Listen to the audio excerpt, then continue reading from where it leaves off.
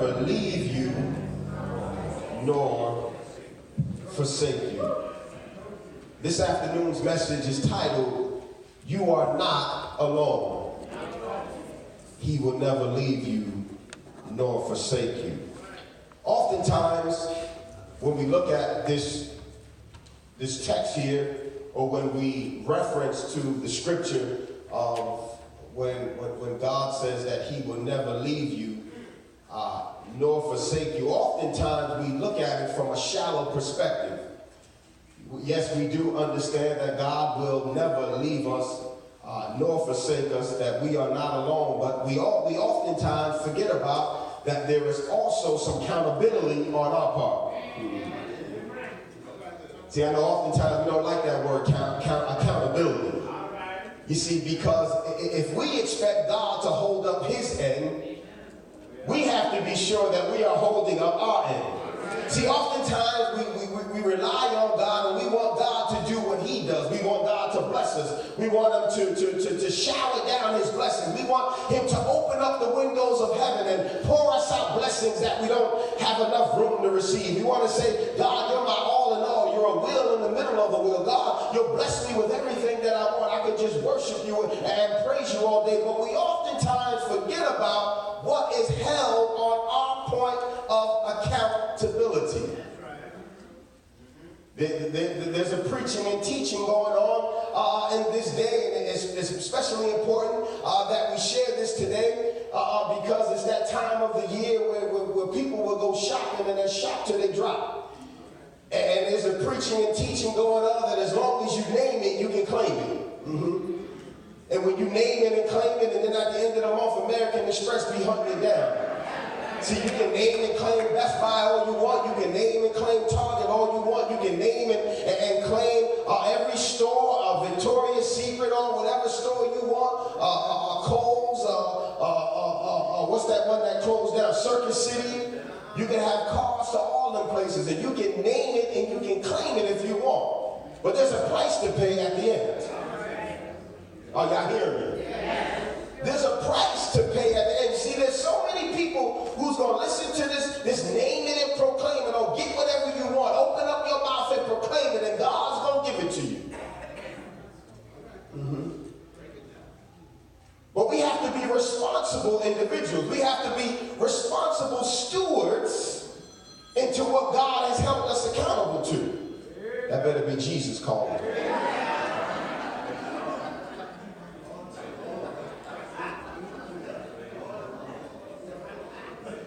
Here in our text today, it's an interesting text because the children of Israel are getting ready to cross over into the promised land.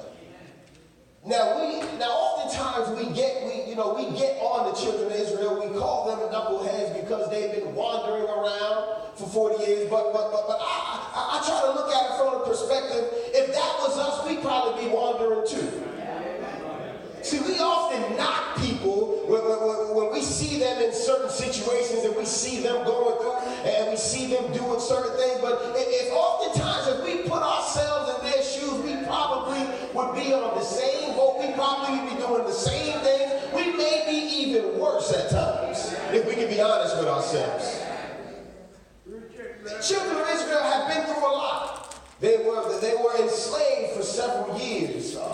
It was a rigorous slavery. It wasn't the type of imprisonment that we have today when you go to Dutchess County Jail and you get 3 hots in a cot. Sometimes folk want to go to jail these days.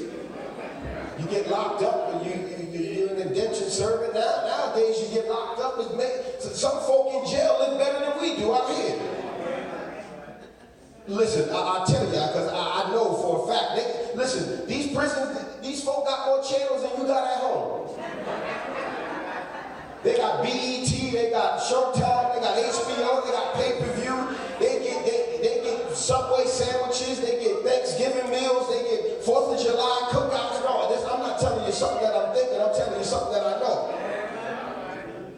But the children of Israel, they had to work.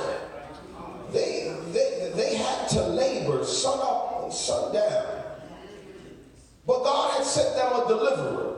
The deliverer named Moses. And Moses led the children of Israel out of their captivity, out of their bondage. And they witnessed some miraculous things that God had done for them. And God had promised them that they would go into this promised land. Now you would think that after all that they had witnessed, after all that they had saw, after all that they had endured, and God had brought them out, you would think that they would be on a straight and narrow path. You would think that if anybody had faith, if anybody would not lose their faith, if anybody would go through something and not lose their mind and not lose hope and not give up and throw in the towel, it would be the children of Israel. But oftentimes, even in our own lives, no matter how much God has done for us, no matter how many times God has pulled us out the pit, no matter how many times God had paid that bill when you know the money wasn't there, no matter how many times God had billed your children out when they were acting crazy, no matter how many times you've been in situations where you know that it was only by God and the power of God that you got out of it, sometimes we get to the point where we lose our faith.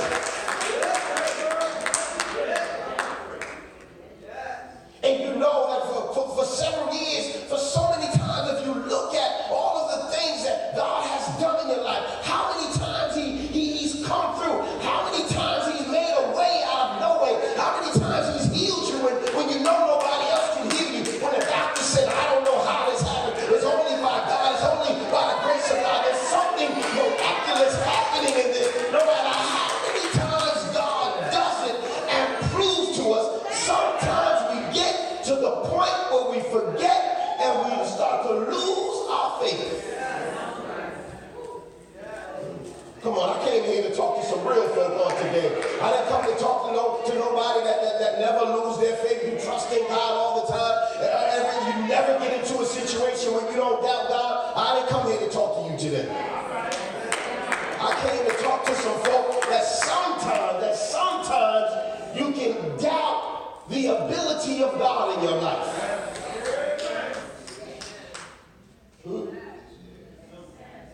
Sometimes you get to the point and you get in situations and you say to yourself, God, are you really gonna show up in this one?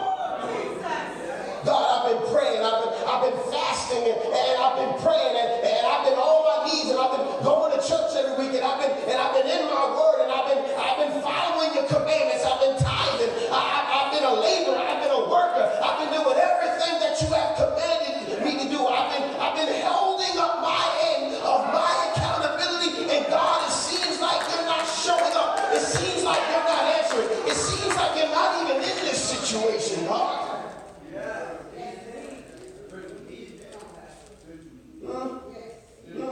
Sometimes you get in some situations where it seems like God isn't even around and you feel like you're all by yourself. Your friends forsake you, your neighbors forsake you, your family members forsake you. You feel like you're all alone and you're all by yourself. There's nobody to turn to, and it even seems like God has abandoned you.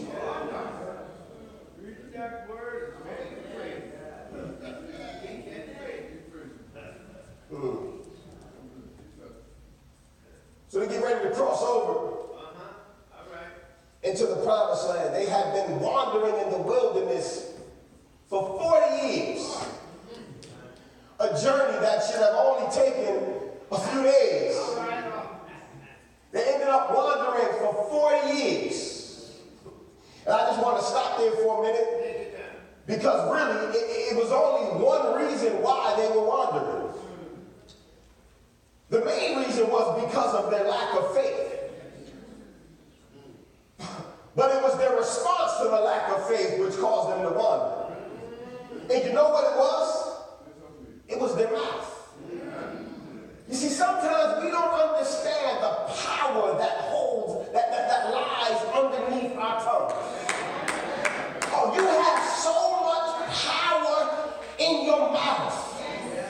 You can speak things into existence, or you have the power in your mouth to kill things and make them dead.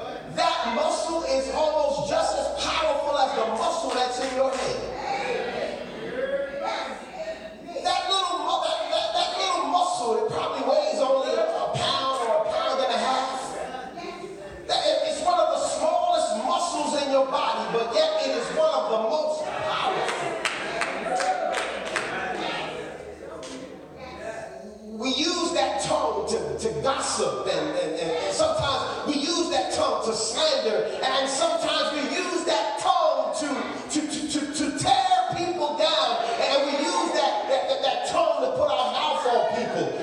And then we turn around and try to use the same tongue to open our mouths and bless God and say, God, you're the King of Kings, and you're the Lord of Lords, and you're the glory of glory. And God, I'm glad to be in the service just one more time. And God, I come into your courts with thanksgiving and to your gates with praise, and I worship you all day long. This little piece of pink muscle is so powerful that it literally has the power to make you backtrack. It has the power to allow you to be stagnant, but it also has the power to enable you to move forward. See, sometimes some of us are stuck in our situations because we don't really realize the power in our tongue. And we don't speak divine things over our lives. We get caught in situations and we look at the situation and we speak to the situation instead of speaking over the situation. You see, when you get in something, you've got to learn how to use that tongue and say, I'm going to get out of this one way or another. I know that my God is going to deliver me whether I believe it or not, because I know that I have the power in this little pink muscle. I've got the power to get up out of this hospital bed. God has given me the power, the strength to get out of this relationship, to endure this. God, I've got the power and the strength to endure, to move past everything that I'm going through. But you've got to realize the power that lies in that little pink muscle of yours. The lightest muscle that's in your body actually has the most power.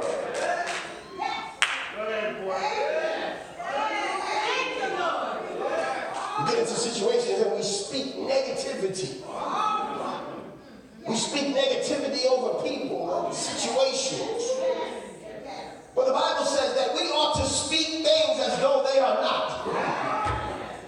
See, you ought to speak things, Sister Rose, as you want it to be. You got to say, I'm going to be walking in 6 months. I'm not going to need a walker. There's going to be a time that I'm going to be able to get up and walk in the sanctuary by myself. I'm not going to need nobody to hold my hand. I'm not going to need nobody to pull me up the stairs, because I know the power that lies in this tongue, and I'm going to speak it into existence. They say, what in the world can come from Poughkeepsie? Well, I'll tell you what can come from Poughkeepsie. A lawyer can come from Poughkeepsie. A doctor can come from Poughkeepsie.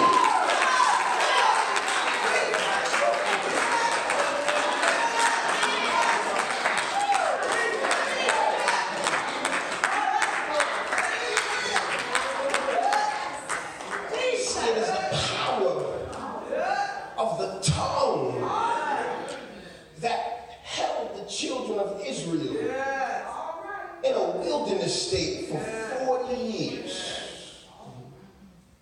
It was their tongue. The scripture said that they continued to murmur and complain.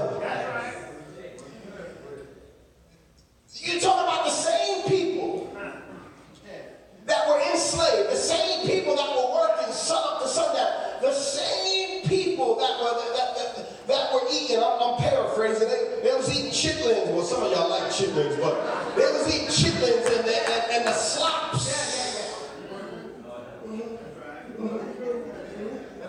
They ate the leftovers from the master's table, and now God had brought them out of that.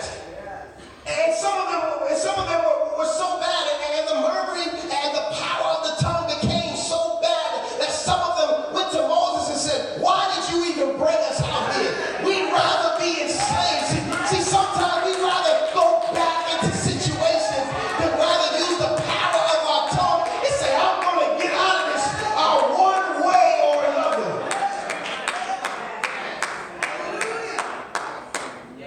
See, you'd rather go back. You'd rather go back because that's what you know, that's what you're used to. But God has something bigger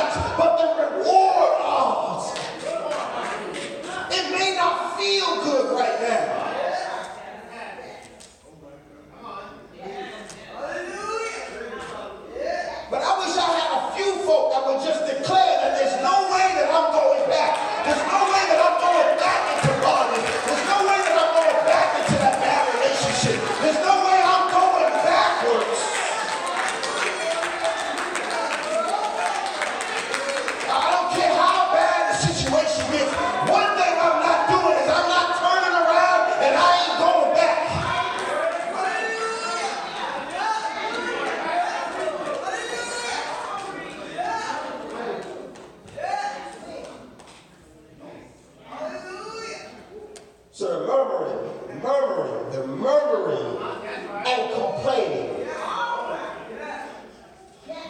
But God was providing for them everything that they needed. Don't miss that. You see, you may be in a situation that it may not feel like you're getting milk and honey. But baby, I came to tell you that God is going to give you everything that you need. You're going to get manna in the morning, and you're going to get manna at night. You're not going to go under. You're not going to drown. You're not going to die. You may have to eat some hot dogs. You may have to eat some oatmeal. You may not be eating filet mignon and lobsters and steak. But I tell you, God will make sure that you get everything that you need.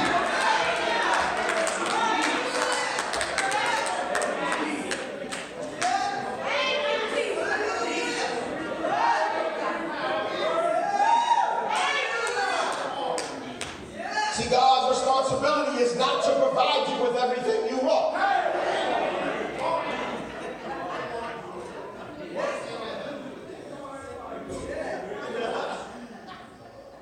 See, my kids know that almost everything that they ask for, I give to them. But I don't give them everything.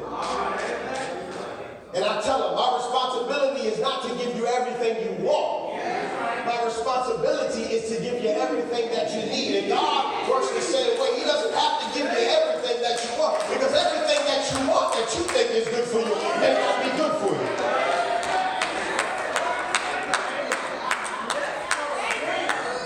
See, what you thought was good for you, God already knows. You see, He has the foreseeability of the future. He knows that what you're getting ready to get yourself into is actually going to destroy you and not help you. So you want to thank God for some of the doors that He closed. You want to thank God for some of the people that walked out of your life. You want to thank God for some of those situations that God said no to.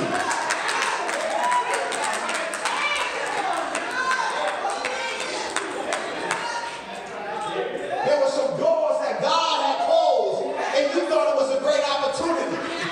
But God said, no, that wasn't for you. I've got something else bigger for you. I've got something else better for you. I've got something that's specifically tailor-made for you. See, don't lose your faith. Don't lose your hope when the door closes. When you apply for something and they say you're not qualified, or we selected somebody else, you just put your hands together and thank God, because you got to hold on and know that God has got something else. See, but when we mess up is we get discouraged and we start murmuring and we start complaining and we say, God, I did everything you wanted me to do. Why in the world did they get it? I'm better than them. They're not qualified. I need God. You knew that I needed this. God, you knew I wanted this so bad. And the murmuring and complaining. And what that does is, what that shows is that we didn't have the faith that we claimed that we had with God. But if you just hold on long enough, minister, if you hold on long enough, God will show you that what He has for you, it is for you. You don't have to pick locks. You don't have to force it. Listen, what God has for you is already ordained. It's already there. God simply says, listen, follow my commandments, follow my instructions, do what I tell you to do. Stop focusing on your enemy. Stop focusing on what you want. Stop looking and seeking and searching and focus on me.